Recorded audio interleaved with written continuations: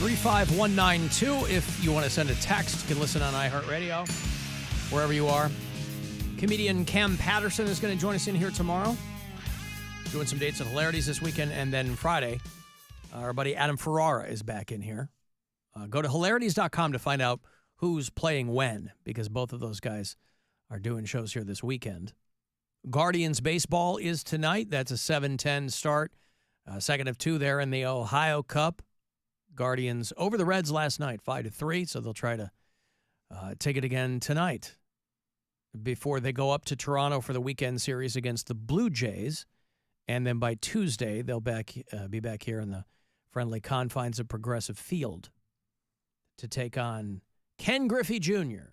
and the Seattle Mariners. Ichiro Suzuki. Who else played for the Mariners? Gaylord Perry and the Seattle Mariners. Did you guys play the Powerball this last time around? No. No? Well, somebody won it. And good thing I didn't play. I texted my wife because the winning ticket was purchased in her hometown at a place where her brother used to work back in high school. Dang. Could have been you, man. The Food Castle convenience store in Grand Blanc is where my wife's from. Well, she's not from the Food Castle. Outside Flint. $842 million. There's a group called the Breakfast Club, and this is a little group of people that would throw in on lottery tickets.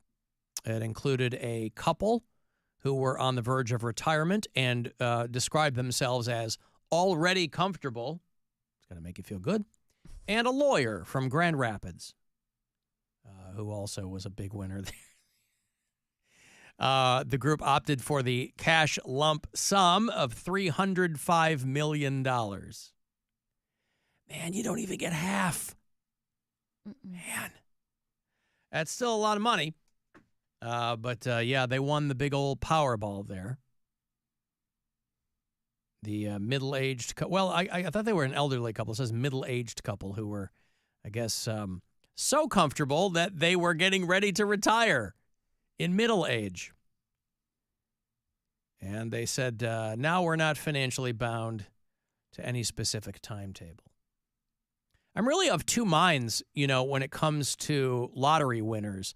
Because on the one hand, I think it drives people nuts when somebody who is already not of limited means wins the lottery.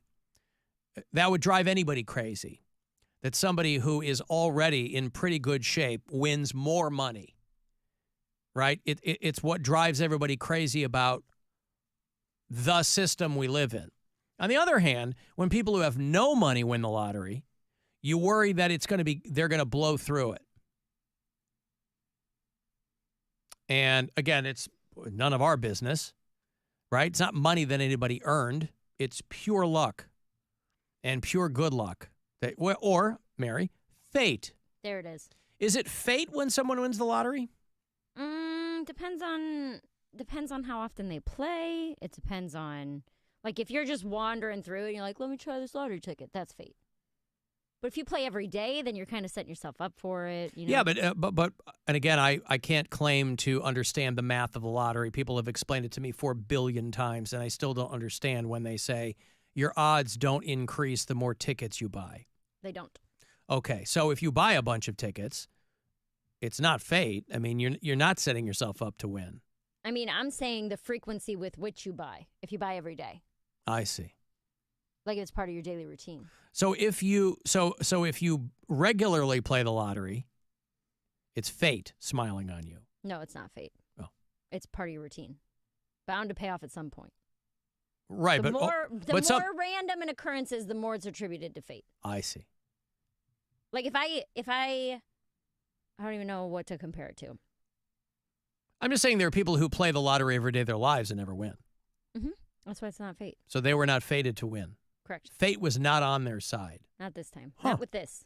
I wonder why. There is no rhyme or reason. Ah.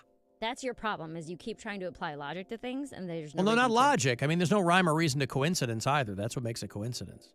I guess my question is, how do you discern a coincidence from fate, if you believe in fate? Because there's no rhyme or reason to Fate coincidence. has a meaning, coincidence doesn't. Ah. But isn't that retroactively assigned? Can't we just apply No. meaning to whatever we want, though? Yeah, that's what I mean. Like when people go, well, everything happens for a reason. Well, that's not true. You looked at the breadth and depth of the situation and said, well, here, this is the meaning I attach to it. Things don't happen for a reason. That's fine for you to believe that way. So you, by not playing the lottery with any regularity, you're not setting yourself up for fate to eventually smile on you. Seems like a you're missed not listening to opportunity. anything I'm saying. Huh? The Fate. more the less you random play. it is. Yes, the more random an occurrence is, the more it has to do with fate. I see. If you do something every single day, that's just part of your routine. That's just at that called point. practice. Yeah. Like if I go to the What same if you subway never stop- play? What is the ultimate fate if you never play the lottery and win it? Yeah, that's crazy. That's the wildest thing that's ever happened. Uh-huh. That'd be But like if that's you- fate. That might get me to believe in fate. That's like I've people never who- once played the lottery and I won the Powerball. Yes, that's people who have never played the lottery but will find a winning ticket on the ground. That's fate. It's coincidence. If there's two people and one of them lunges for the ticket and gets it first, they were fated to get that ticket. Well, they might just be faster. They were fated to be faster. No. What I'm saying is like how high do we stack the elements of fate? I don't know. They were were they fated to be faster? Were they fated to be luckier? No, you're Smarter, not. stronger? Again, you're asking too many questions. Oh. That's Don't not try how to- fate works. that's you don't, not how fate works. You don't get answers. You don't. Not at You all. don't ask questions. Just Well, then how does one arrive at that belief? another question. Do you not understand it? I'm not even halfway through them. How does one arrive at a belief in fate? It's just that Now, I'm curious. I'm not arguing. I don't think there's an argument. whatever's going to happen to you is going to happen to you, and there's not a whole lot you can do about it. It's the same thing with like predetermination for your life. A lot of people don't believe Were in you that. raised? I was gonna say, were you raised a Calvinist or what? No, I was raised Christian. Well, that's what a Calvinist is, but they believe in predestination, predetermined. No, I believe. So I mean, I don't know if I believe this anymore, but I believed for a long time that everything that's going to happen to you is going to happen to you. Whether you're going to get married, you're going to have a kid, or you're going to break a leg, whatever, all of that is predetermined. How you get there is on you. The choices you make to go left or right or whatever, you're still going to break your leg because you were meant to break your leg on June 12th. Yeah, so but that leg is getting broken on But June how 12th. would you? But if you say everything that's going to happen to you is going to happen to you, how would you know what was supposed to happen? You to don't. You don't. That's the Who whole point does? of it. Whatever you believe, we've got higher power, the universe, whatever. I see. You don't know what's going to happen to you, which is kind of why you throw your arms up. You're like, whatever's going to happen is going to happen. There's nothing I can do about it. Right. If I'm meant to break my leg today, today's the day I'm breaking my leg. So I'm going to go about my life how I want to go about it, and that's what it is. Hello, who's this? Joe, What's up, Joe? hate the show, man. Thank you. Hey, Alan, I gotta disagree with you on something. You said that everything happens for a reason is false, right? Well, I'm just saying I don't believe in fate. I believe in coincidence. Oh no, but that's not fate, though. When you said everything happens for a reason is not true, that's the exact opposite, because everything that happens in the entire earth happens for a reason. If it rains, it's because of the clouds. If it's sunny, it's because there was no clouds. If you fall, it's because you trip. I mean, Well, those everything happens for a right, reason. but those are you're talking That's a about cause and effect. You're talking about external reasons. People who believe in fate believe in internal reasons. They believe everything happened for a reason for me. Or for whoever. Well- It's not just about you.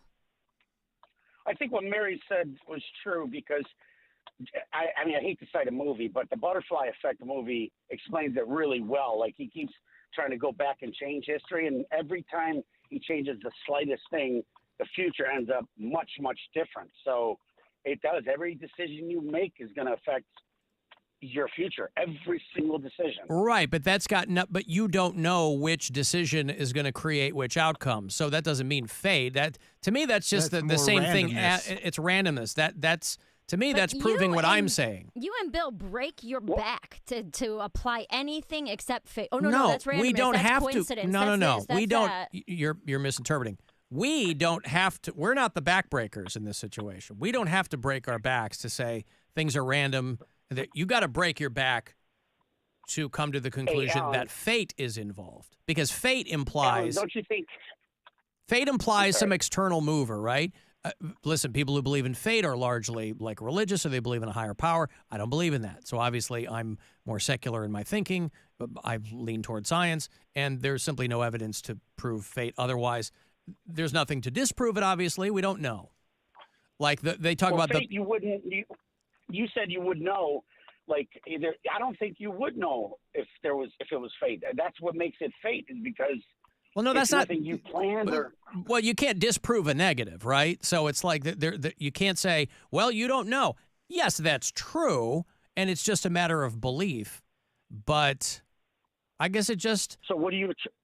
I guess I'm curious. I'm always curious how people arrive at their beliefs, and a lot of them are instilled, and a lot of.